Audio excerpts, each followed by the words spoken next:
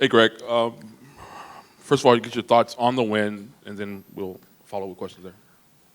I'm really proud of our guys. I thought for 90 minutes it was a very professional performance. I thought it was our best, by far, best defending game of the season. Just the collective work, reactions, the way we dealt with situations, I thought was very, very good.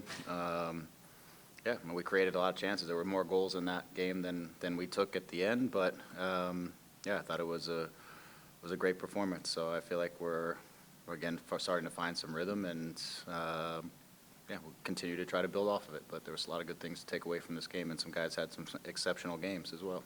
And how bad did you guys want the clean sheet? Sorry? How bad did you guys want the clean sheet?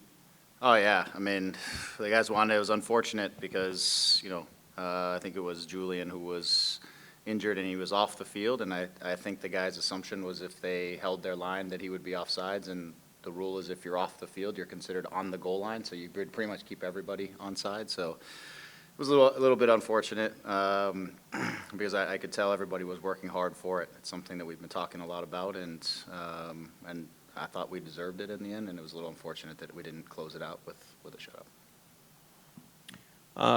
It was a great defensive effort. What do you think were the biggest details within that was going your way?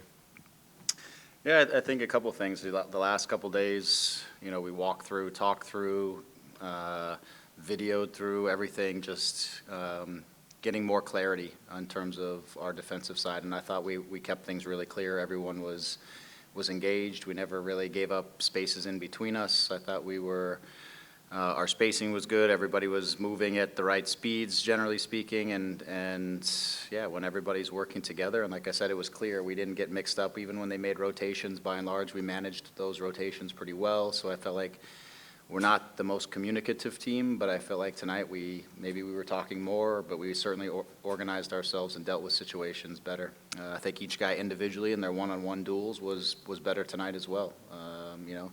Jay stepped in a few times and took some fouls around midfield, and that's something that we want him just to be a little more physical in terms of presence. I thought he was there. I thought Martin looked very, very sound and experienced, and I think Lucas and Julian continue to grow inside of the team, and I thought Lucas was exceptional, and yeah, I think everybody starting from Javi and Ricky were super engaged in the defensive side of things tonight, and that really helped us out. We were more efficient defensively, which gave us more clear possessions that we could use throughout the course of the game. And then you bring Dayon in at the end at a time when oftentimes you would have brought on a defender. I'm wondering, one, what your thinking was on bringing Dayon in, but also he's a guy who was getting a lot of chance to play, and we've seen the kind of scoring rate that he can have, and he just wasn't getting goals as the team wasn't getting goals.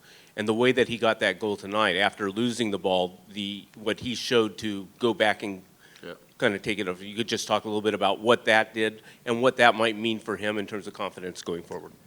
Yeah, he's a hungry kid to score goals. I mean, when you put him on the field, especially as a substitute role, he knows he only has a finite amount of time, and today it took 1 minute.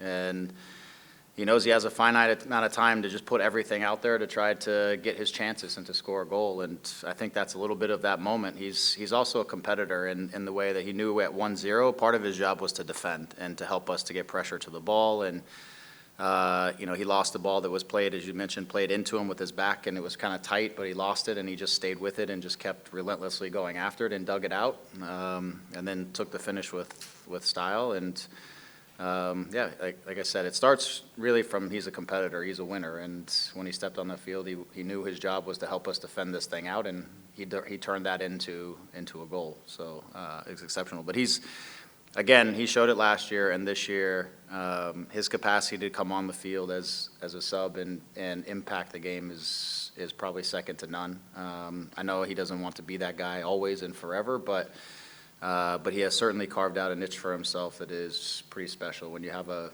bullet in your holster like that can come on and get you a goal, and well, tonight was really fast, but usually he comes on and he gets you something, and so it was great. It was great. I was really happy for him because we play on Wednesday, so part of it was as long as we stayed in control of this game, I wasn't going to use as many guys because I don't know how many guys are going to be able to play the 3 games as quickly as we're going to turn, and I wanted to be able to save some guys to use on Wednesday that I know I'm going to use. And so as long as we stayed comfortable in the match, I was going to keep the guys out there. So that's why it was a late sub, and he did everything he could with his minutes, his couple of minutes that he had.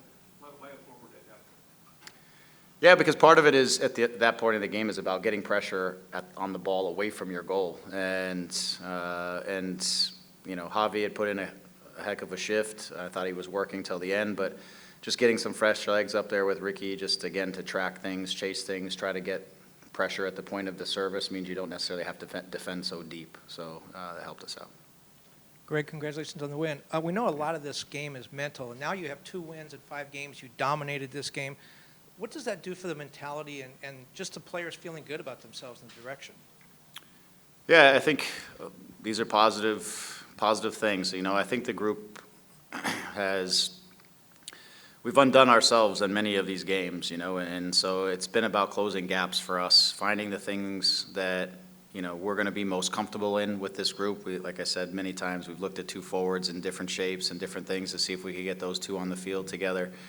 But I don't think it's shown to be comfortable for everybody, and it hadn't shown to be overly successful just in terms of more goals. So I think getting results from a mentality standpoint gives you the sense, and especially based on the performances, that you're on the right track and that the guys are they gain confidence from those types of performances. I thought the way we defended tonight, I'm going to keep saying it because I know we can score goals, but if we defend like we did tonight, we're going to win many more games. I just firmly believe that with our group because we have a lot of good soccer players, but defending is something that we need to concentrate on, and tonight we did.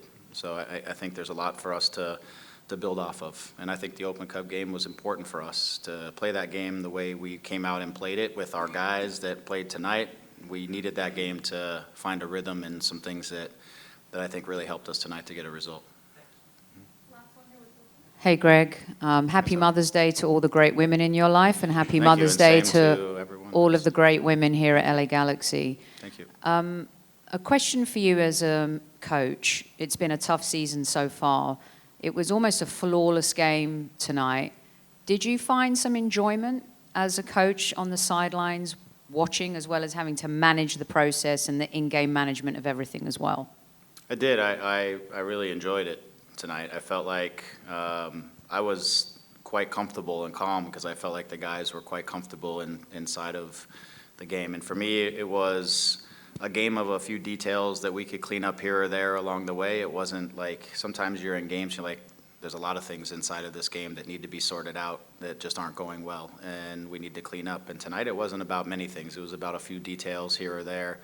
But I thought the performance was, again, it was a great effort, and the performance was good. And I felt like we were in total control of the game, and that, if we could stay the course throughout the course of the game, we were gonna win.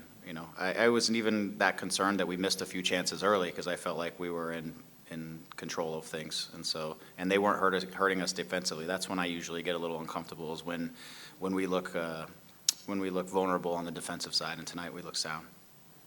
Yeah, thank you. I can hear you. We've seen Daniel Geary get a bigger role come on as a sub. What have you liked about him so far this season? How's he been to the win? Yeah, Danny he's a very versatile player. I can play him almost in most positions on the field, so I can use him as a fullback, a central midfielder, a winger, and he helps us just in terms of keeping the ball, good sound decisions. He's got a nice composure and calmness about him when he comes, and I think it helps the team to be a little more stable sometimes when he comes on, and I think he's just continued to grow with each year and with each month to become just more and more reliable. So he's a guy that I know exactly what I'm going to get when I put him on the field. And so, and like I said, I've used him in different roles. I can put him in the midfield, and I think he's going to play the same game as if I put him at right wing or if I play him at right back. So I just think he's such a mature, calm, like Jalen, like so calm in his presence and the way he approaches the game that he tends to make a lot of good decisions. And I think he just has that maturity about him that I think is easy to rely on. Next, we'll go to Charlie Boehm on Zoom. Hi, Greg. Can you hear me? Yes. You found me? Hi, Greg. Can you hear me? Yeah, so we can hear you. Can you hear me? Yes, there you are. Sorry. Just speaking of details, Bobasi and Espinoza have been very productive this year. Did you play them straight up, or did you make any little adjustments to limit their influence because they were kind of peripheral tonight?